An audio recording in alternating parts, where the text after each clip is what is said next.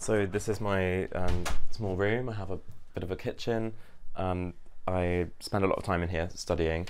James Downs is studying psychology at Cambridge University, but is also coping with a hidden disability. He has bulimia and used to receive disability living allowance, which paid for weekly counselling sessions. But when he was moved onto the new PIP system, the payments were stopped.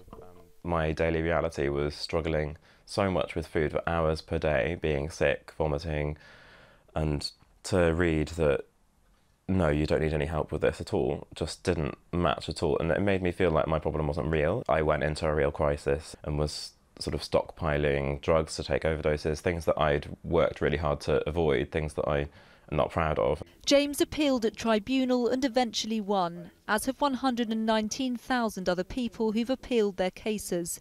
MPs say there can be a lack of understanding at the initial assessments. They heard accounts of claimants being asked when they had caught Down syndrome. It's a genetic condition, something people are born with, so can't be caught. Another with suicidal thoughts was asked why a suicide attempt was unsuccessful, and one was recorded as walking their dog daily when they didn't have a dog and were unable to walk. We hear from people with mental health problems who, when they go through these assessments, just aren't seen by people who have any real understanding of mental health. So that's something that's obviously really stressful and difficult to go through when you're going for an assessment, but it also means that people don't end up getting the right decision, and so people end up locked in these really costly and lengthy court battles. James now gets £83.10 a week, but worries it could be taken away at any time.